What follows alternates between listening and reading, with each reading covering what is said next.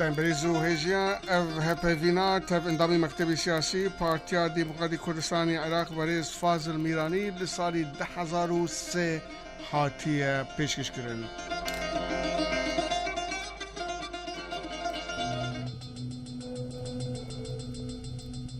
قدرن بريزو هيجا استجي وام قوتو بيجي بتلفوني لقال بريز فازل ميراني سكرتيري مكتبي سياسي وببرسياري ريخستني تيبتي بارتيا ديمقراطي كردستاني عراق استر لقال ميا سرخطي تلفون بريز فازل ميراني بيشكي سباس بو بشتاري جنابتن لام قوتو بيجي بتلفوني لقال ازقاي 2000 FM بشي كردي لشاري سيدني استراليا.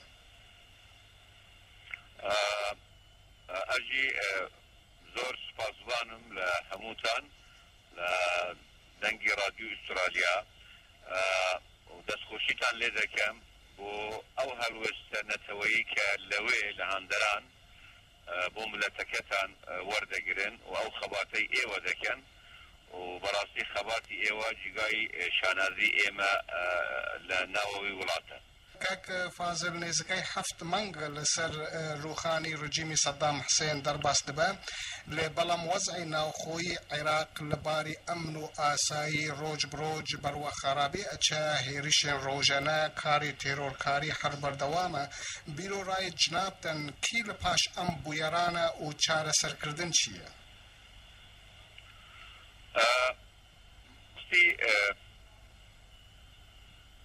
تكتونا باري أمني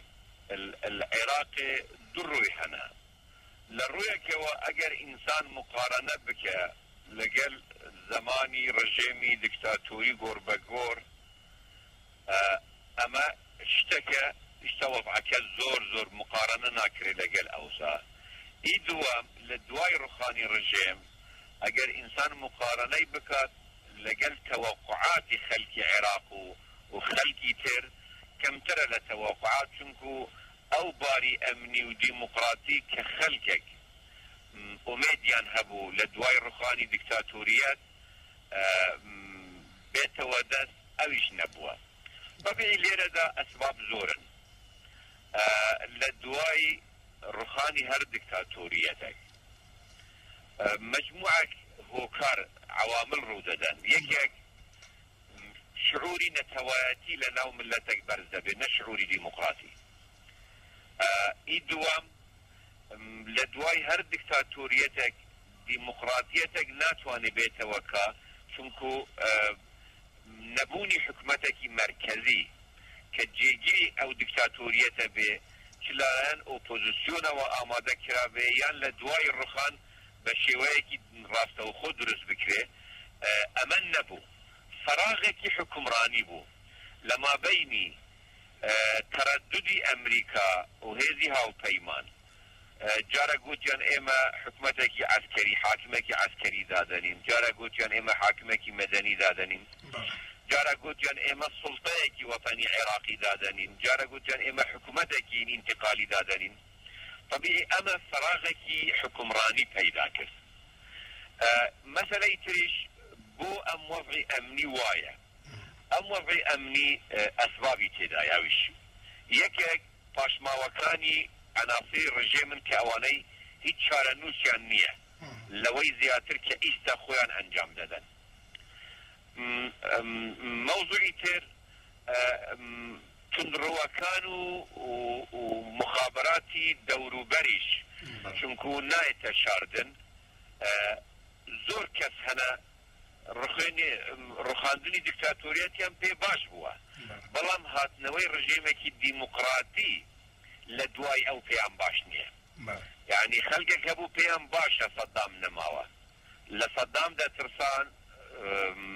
مشاكليان هبوا خوشحال وكا صدام نماوا لسر عراق بلام لعيني وقت خوشحال نيه كبديل صدام رجيمك ديمقراطي فيدرالي تعددي به اما وادكاتوا كتأثيري تجربة العراق لسر منطقة كبكات لبر اوا دكري بقوتري اشتواني ام خلقه هيا چو مادي بي چو معنوي وبداخوش تهديد بو ناو امني عراق لدروي عراق ديتوا يعني لمرزكاني دوروبري عراقي ديتوا بويا اما بيمان باش بو وزير خارجي اما لاجتماعي دمشق حاضر به بو اوي معاناته مترسيكاني عراقي كان بخاتوا سر ميزي مفاوضات بلام شويك وزير خارجيان دعوت كرد حقيقة ونان دويس حاضر به لأنه بخلكش نشان بدن كبل دعوت ما نكردوها أمر جنابت لأستراليا بين بلد سبيعة ميواني رئيس وزرائي طبعا مناتهم لكردستان وبين أستراليا من باورم كاك فاز دعوتنامه ساعت 11 بشوي كاتي عراق بوا هاتبو بو بريز وشار زيباري هاتبو كوبيس سوريا كوبوناي روجي دواي ساعات دهي بياني بوا بله نايمة مطار مان نايمة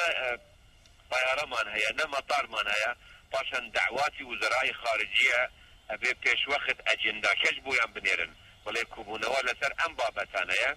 وی اوش حاضری خوی بکاتوا روزک دو بلای کم روزک دو پیشی اجتماعی بچتوا و بعض لقاءات جانبی و بعض خلف الكواليس وهمشتكي متابعة دبلوماسية. كاك فازر ترناليكو أو أرمان جينا أو كوبونوي وزيراني دروا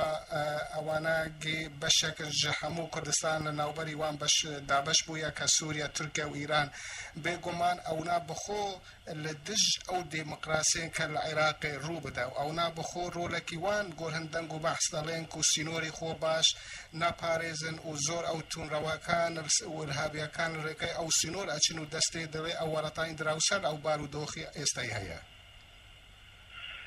والله أوكو أتشم بيجم جوين يعني كومبون لسر عراق بوا بس كردت بيجن حتى خداني مالي دز قرد دزي خداني مالي يعني شنوراكو أم قازن دابكن أم بيجن حدود خود داخلو ولكن عناصر التخريب بين تيكابن عراقي أواق قدنما ولكن خلقش عراقي بين ولاتي مدى تهديد أمنا ما بكن فمو كذاني أمرو عراق دوفعكي وصادانين تهديد أمنا هيج جيراني خود كتن نت سياسة عراق تازده هي وإن حقيقة الإمكانية ويداجي هي أما جانبك للموضوع جانبي تير بتصوري من قسمك لولاطانا بيويستيان بم كونفرنسا هبو بوي الدفاع لخويا بكن لا العراق بكن وأماش أجنداي اجتماعك زياتر بو أولاطانا بو كفنجي اتهام بويان داتشي ويستيان أم هنا بكن پایگاه بوی به دفاع لخویان بکنه. باشه. برز فازل میرانی وکو ازانی حریم کردستان الوضع کی تیبت و حساس دادچه و لیرا دو بیرو راین جواز هیا. یکم تيغوتن كوغلي كرد جتجيبين كون فيربونا وسياستي واني أمرو سياستكي زور سركوتوا وبشكي تر ألين كيشي السركي قلي كرد أوا كأونا بخو لدجيكو ترن وتا استا مالي خو نكرنا يك وعرب ألين إيما أو ما في فدرالي ككرد دعوي أكن بدن كي بدن حكوماتي هولير آن سليماني برسيار أما بدهان كومبونوا لديوان بارتي ديمقراطي كردستان ويكتين اجتماعي كردستان جيكرت لجير آرمانجي كحردو إداري بكن يك بلام تا استا تشتكرو ندوا سبب آستنگو كيشيك أو حردو إدارة نبن يكشية سؤالك قلق مهمة دو قسمة جوابه هنا ايك اما بجنوا برادري من العراقيان عربا كاجهين موضوع فدرالية قبول بكنش بو كردا ناوي اربيل وسليمانية وبارتي ايجيتي نينن او نا مشكلة يعني هم بيجن ام فدرالي رازينا سر اساسكي قومي جبونا ملت كردستاني نا مشكلة يا دنا كيجما نا مشكلة شوين دنا ملتكي نا دنا حزبكي ونا دنا محافظاكي يعني استانكي كن دنا ملتكي ومنطقة جغرافي بيجهشتنا ويا جواكي ويا سياسي بلا بقى درجة كن أبي مبدئي قرار ببدن أوادي مشكلة ما يا دي سركذا دي بارتيو ايكيتي قرار قطعي دانا أم هردو إدارة بخنيك ونهاجي جوينك ده رجبري نها حفتا بوري ما القل مكتب سياسي ايكيتيك أنجام ده نهاجي مام جلال رئيس انجمن حكمه انتقاليه وماوي بيروز كيرو او جابا برقيامه بيدشي ام جوينا بيت يعني اما لبغداد انجام بدين اشتا مام جلال بغداد وهردو مكتبي سياسي ام وكو بزافه سياسي الكردستاني مدفتن تيجهشتنا جواكي العراق دا بقيشتا او درجه اقرار فدراليات بكن بو ملتك بو خاكك يترشي خزبك لسر او حكمراني دكاتوا كان محافظيتي دا نكن بهانيك بس امي بهاني جي ببرن حزكم ذلنيابن ما او حاجاتش لي عند برينا وانا فدراليك قبول بكن وقبولش كان حقي خومانا شنكو اما قراري برلماني كردستانا ومشكلة العراق ويكيتي العراق بفدراليات دجسبه وبتصوري اما اگر قضية كردي كقضية دوما العراق دا دواي قضية حكم بشيويك عادل لشارتشيوي خواستي ملتي كرد وبرلماني كرد شارسر نكري عواملي